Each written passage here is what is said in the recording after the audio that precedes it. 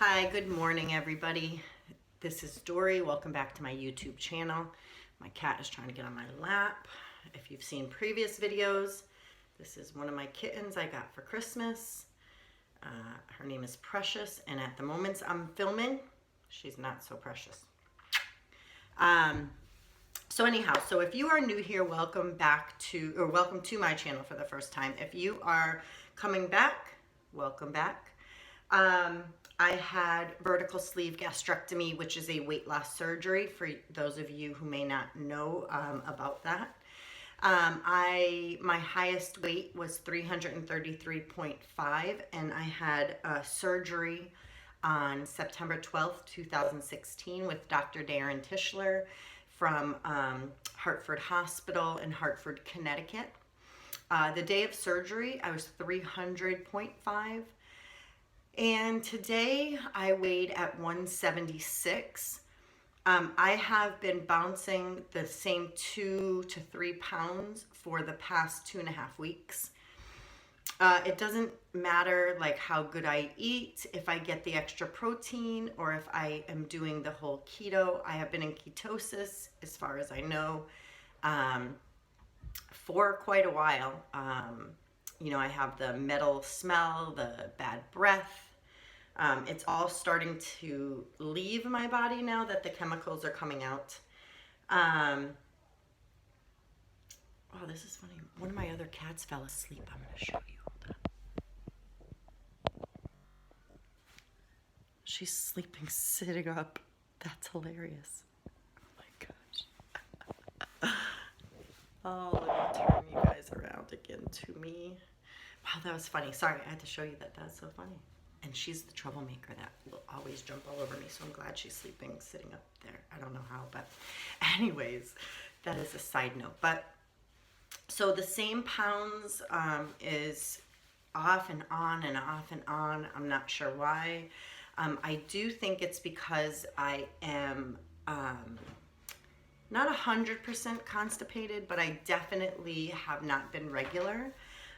Despite taking Colace and Miralax. I also won a contest. I know you guys, I've mentioned in the past, I watch Dr. Berg on YouTube, and he is amazing at keto. Anything you want to know about the keto diet, look him up. He's also amazing at the intermittent fasting.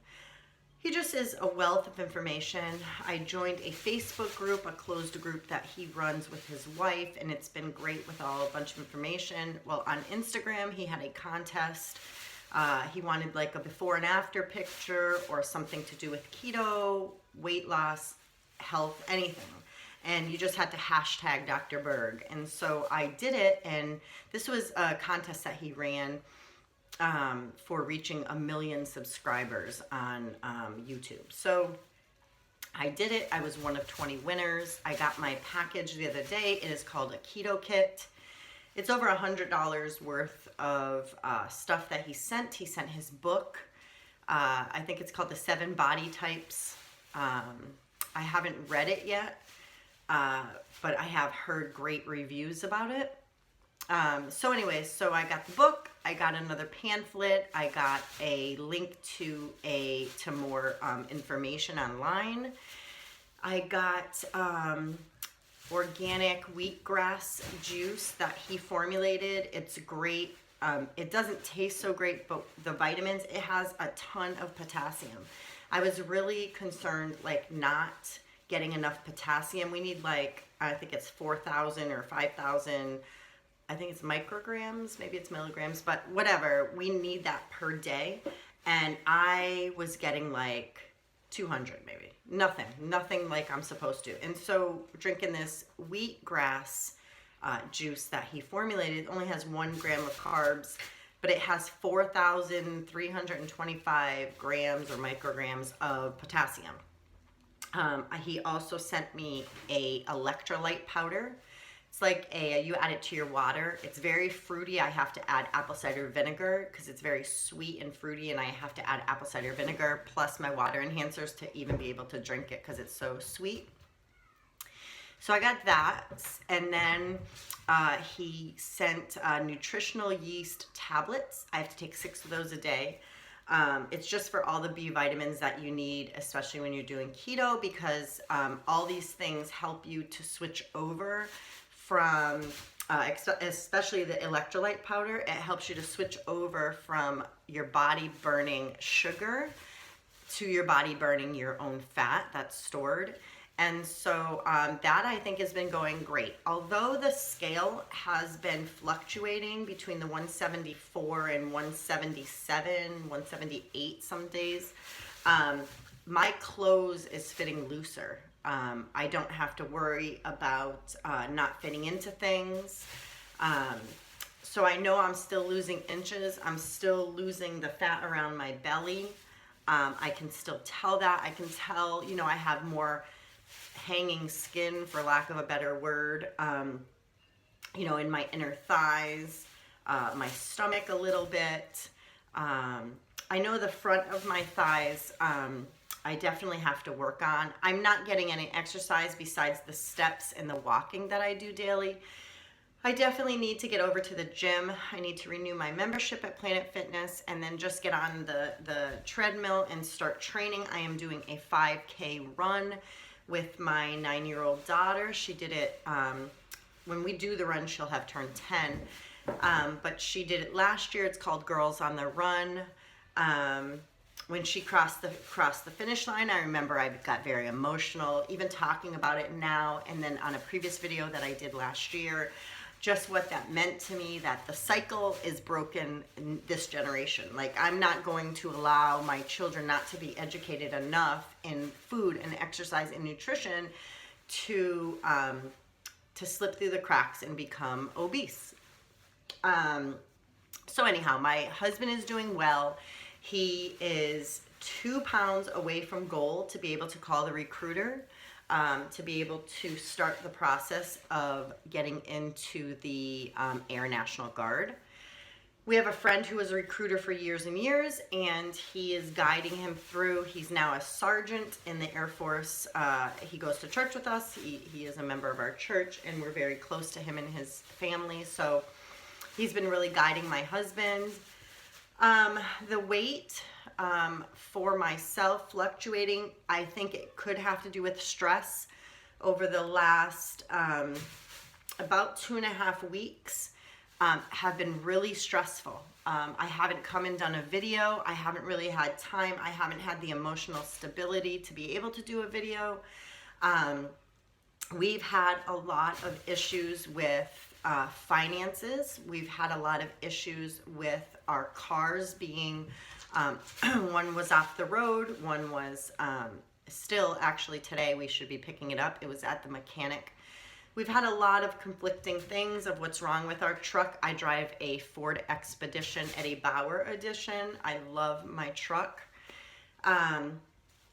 Sometimes I think I love my truck too much, but now the truck was broken. It wasn't running.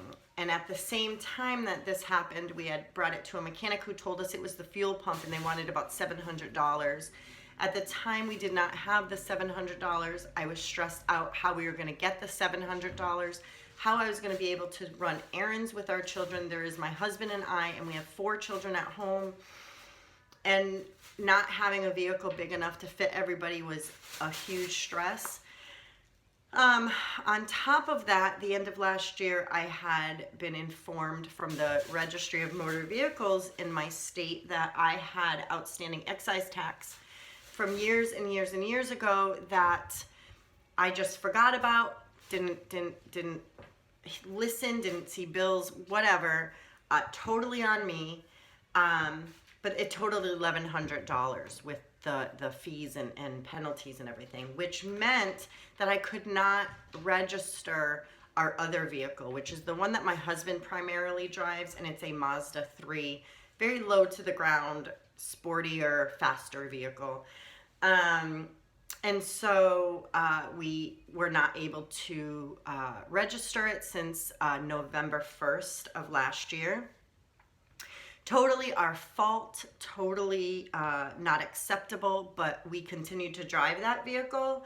My husband primarily just to get to work. I always had the Expedition. When the Expedition was down for the last couple weeks, we have been using this vehicle. I knew there was only time until we were pulled over and the car was going to be towed. We filed taxes. I knew this past year was very, very financially hard on our family. My business, which is Milk Boosters Lactation Cookies, I have been in business for 7 years. This past year was by far our worst year ever. You know, when you don't have the money to put into your business, to build it and to grow it and to advertise and to, you know, sales and marketing and all of that, when you don't have that, your business fizzles. And so my business, I own, you know, this lactation cookie company. It's called Milk Boosters, one word, milkboosters.com.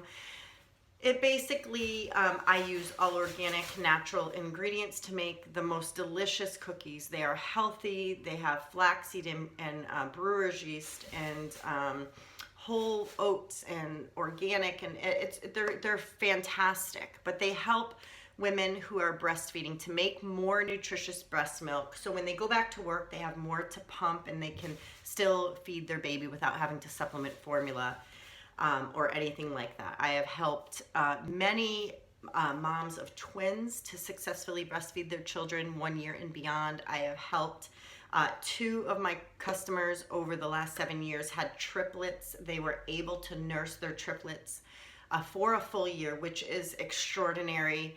I breastfed my children. I have 6 children. The first 2 I did not breastfeed. The first one, definitely I didn't know what I was doing. I was only 18 years old. The second one, I breastfed her for 2 weeks and didn't have any support. Those 2 children are with my ex-husband. He left. I was a single mom for many years, met my wonderful knight in shining armor husband that I have now, and I had successfully breastfed my last 4 children. And my second to last child, which was born in 2011, he had a little bit of issues with latching on and some issues with me making enough milk, and that's how I discovered my business. I started making these cookies for myself and found out that there were a ton of other women around the world who needed help as well. So that's where the cookie business and everything had come from. So for the past 7 years, everything had been great. Well, past 6 years. This last year was really, really financially hard on our family. And then my youngest is 3.5 now. She'll be 4 in June, but she's home with me. She's not at school. So I have not yet been able to work outside the home to help provide money and finances to my household because I had the business and yada, yada. So this past year was extremely difficult. We made it. We you know, borrowed, begged, you know, whatever we needed to do to make it to this point. So we went and filed our taxes. We took a loss on the business, which in the end was great for us getting all this money back. So I have been able to pay off everything. But until the money came in this past Monday and Tuesday from our taxes, we were driving that vehicle it had full insurance coverage. It just was not registered. So my husband and I were on our way. He was following me in the Mazda. I was in the truck to go drop it off at a friend of ours' house who works on vehicles. He's a master mechanic. And we wanted him to look at it to see if what the first mechanic said was true about the fuel pump, or if he could discover what was wrong with our vehicle. It would shake. It would go, you know, shake the engine. Something wasn't right. We thought it was the oil. We thought it could be the oil pump. When I was a teenager, I used to work on cars with my friend and her dad. And so I know a pretty good amount about cars and the mechanics of it. So he was following me and we were dropping it off and we were getting on the highway and we were going by a Massachusetts State Police barracks. And where the barracks is located, excuse me, is not a great section in Springfield, Massachusetts, which is a city over from where we live. And there were 2 state troopers in the vehicle and they were exiting their parking lot. And there were multiple cars going and going and going. And then I went, and my husband was behind me following me because, of course, we were dropping the truck off at the mechanic. And I looked in my mirror, and my husband did something that I always warn him not to do. He put his hoodie over his head. He has very short, like a Marine haircut. He is balding, so his head is cold. We live in Massachusetts. It's cold here. So I don't blame him for wanting to put the hood on, but I always tell him when he drives that Mazda, don't wear your hoodie. So when I looked in my mirror, I saw the police, and they're just exiting. They weren't doing anything. But I looked in my rearview mirror, and he had his hoodie on. And I knew I should have called him and told him to take off the hoodie. I don't know if it would have been in time. But for any reason, or for whatever reason, I didn't call him. I just knew he's getting pulled over. The car's getting towed. Prepare yourself. So sure enough, we get onto the highway. We're driving about 10 minutes. Everything seems fine. We exit off the highway. And I look in my mirror, and I see the blue lights. They pulled him over right there at the exit. So I whip around. I call my daughter, my 23-year-old oldest daughter. And I call her because she's babysitting the young kids so we could go drop this off at the mechanic. And I call her and tell her, he got pulled over. They're going to tow the car. I already know. So it's going to take us a little while to get back home. So I whip around. I go around, make a U-turn. And then I park in front of my husband, which the vehicles are all registered and insured to me with him as a driver. So I park in front of my husband. It's me, it's my husband, and it's the two state troopers. And I can see he is nervous. I can see that they are not being kind to him. They ask him to step out of the vehicle. They are checking the vehicle for drugs. All this, mind you, because he was wearing a hoodie and it looks like a thug vehicle. I don't know, lack of better word. My husband is Puerto Rican. He is Spanish. Although he looks at times Portuguese, some people mistake him for Portuguese, but he is Puerto Rican. So they have him get out. They check the car for drugs. Now, you know what was in our car? Clothes from our children and goldfish on the back of the seat because he had removed the car seats when he knew they were going to tow it and brought them to me into the truck and removed all the car seats, which, you know, our 9-year-old still sits in a booster chair. She's small. She still has a booster chair, car seat. All our kids have car seats. We are safety people. We are Christians, first and foremost. So this, for them to check for drugs was kind of comical to us because we are the last people that would have nothing. We would have nothing. Nothing. Anyways, I hope you guys don't mind this story. I really just have to vent and just let you guys know the stress in this may be what has been going on. And so anyways, so they come. They finally, you know, he's nervous, so they're asking him who this car belongs to. He's like, it's my wife. They're asking him what is her name, and he's like, my wife's name is Dory. And so he's stuttering, but whatever. I'm parked there in the event that they need to come and talk to me, because here I am. It's my car, So they tow the car. We ask him, my husband asked the officer, can we use our AAA membership so we can save on the money? Because at this point, we have no money. We have nothing. We're waiting for our taxes to come in. We have nothing. We're really, up Poops Creek without a paddle. The officer's like, nope, you should have known. You had since November to get this taken care of. You should have known. Too bad. I'm calling the tow truck. So they call the tow truck. My husband gets in the vehicle. He is upset because we're trying really hard to get ahead of the game of life. We're trying really hard to pay off debt. We're trying to get side jobs and this and that to try to get the money to pay off the debt. So they tow it, and at the same time, they give him a citation, $105 citation. We find out later that the tow is $184. We get home, we ask his parents to just wire us money. They live in New York City. They are nice enough and sweet enough to send us $200 to just get the car out of the tow yard. I called AAA. They were going to meet me at the tow yard, they take the car.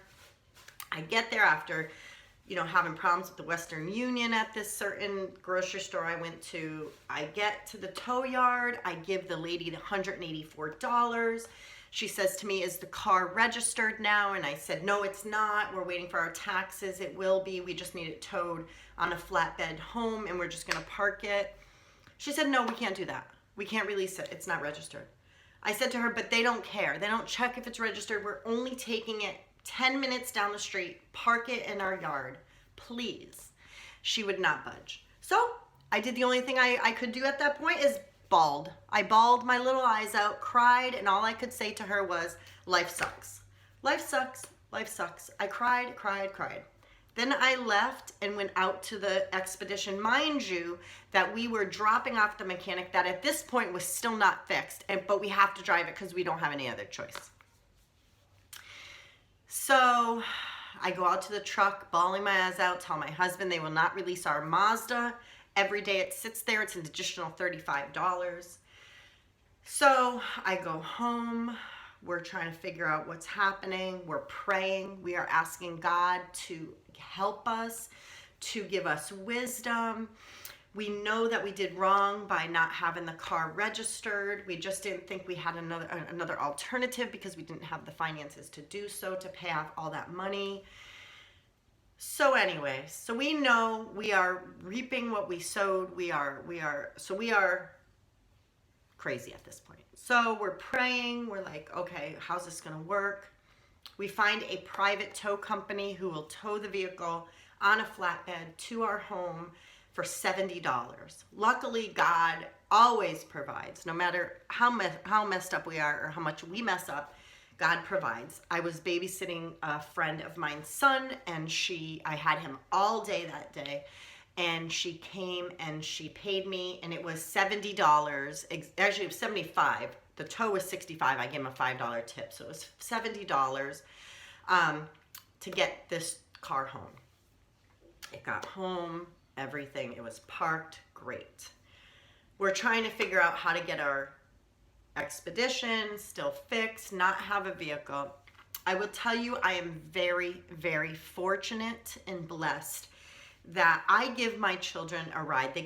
Three of my children go to 2 separate schools, and every morning I give them a ride to school. We're able to pray together and talk, and we love that time that we get to have together. But with all the vehicles, broken or whatever, I have not been able to bring them to school. But I am extremely fortunate, so blessed, that God provided both of their bus stops is in front of my home. So in front of my home, I walked down my driveway, and there's the bus. The door is right there. It opens for my children. So they have a ride to and from school every single day. We had just chosen over the years not to have them take the bus. We know that it's a place of, it's not safe. It doesn't have seatbelts. Bullying takes place on buses. Not good things takes place on buses, in my experience, where I live. So, but in any event, I'm fortunate, very fortunate, that the bus, I'm looking out the window, the bus stops right here. So they have been able to go to and from school without a hitch. So we get the cars, we get the thing, everything is going as planned.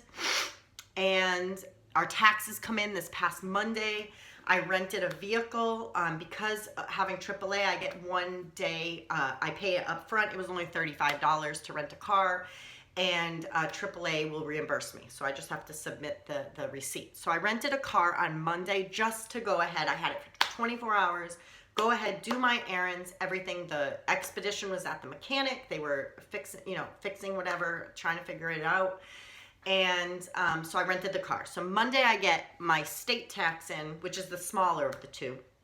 But I was able to go write down and pay off the excise tax. It ended up over the last year, few months, I paid 2 of them. So it ended up being $921.21. And then while I was there, they informed me that I had a parking ticket from 2013. Have no idea. It was $95. I didn't care. I was paying it. I paid that. Done, done, done. So now I could go and register the car. So I'm in the rental car. I go to the registry. Because it was Monday, I'm assuming there was a line out the door, in the registry itself, out the door and around the building twice when I went to go there on Monday. So I said, forget it. Tuesday, I'm going to have my mom come here before 9 a.m. I'm going to drive with the rental car to the registry. I'm going to go ahead, get in there, and get out. And that was my hope. Monday, my husband is taking the vehicle to drop it off in West Springfield. At the exact same spot as he was pulled over with the Mazda, my husband rear-ended somebody. Yep, you heard me right. I don't hold him at fault at all. The woman was very nervous. I don't know if she doesn't drive often. She was with her husband. They came off the exit. They stopped, looked to the left. No one was coming. She went, but then she slammed on her brakes. My husband slammed on his brakes. Then she looked again. Again, nobody coming to the left. My husband said no one at all. There was not even another car in the way distance to the left. So she went again. My husband went again thinking she's definitely going. She slammed on her brakes again. Don't know why. And he hit her. She was driving a Lincoln MKZ. It's an expensive car, a 2015. Our truck, which is a Expedition, as I've said a million times just in this video, has damage. It has damage on the front. I don't have collision on that car. I have it if I cause the damage, but not for our own. I may add it on after this if my husband drives that car at all. Anyways, the front is smashed. I didn't even get to see it. The front is smashed. The top is smashed. Did I mention earlier in this video how much I love that truck? Did I mention that? I love it. Tinted windows, black, shiny wheels, a beautiful grill in the front. I love my truck. My truck is now heavily damaged. Heavily damaged. Her car, her bumper, because our truck is so high, hers was a little bit lower. It was not a lot of damage. Couple of dents, some scratches. She called the police. Police came, didn't file a police report, no citation, nothing, just exchanged information between the 2 people. I told my husband, tell her to go, because she was actually on her way to get some work done on her car anyways. I said, get an estimate, please. Call us with the estimate and we'll pay you cash. Just don't go through the insurance company because we'll have a surcharge. We already have the surcharges from the 2 other citations that my husband got within the last few months. So we're already going to have that on our insurance. So we didn't want an accident now, yada, yada. That was Monday. Tuesday comes, we don't hear from the woman. So I tell my husband, can you just call her and see if she got the estimate? Because we'll pay her cash. Now the bigger taxes came in. We'll pay her cash. So I get a phone call from my insurance company, a message. And the insurance company informs me that the woman has called them and filed a claim. Wonderful.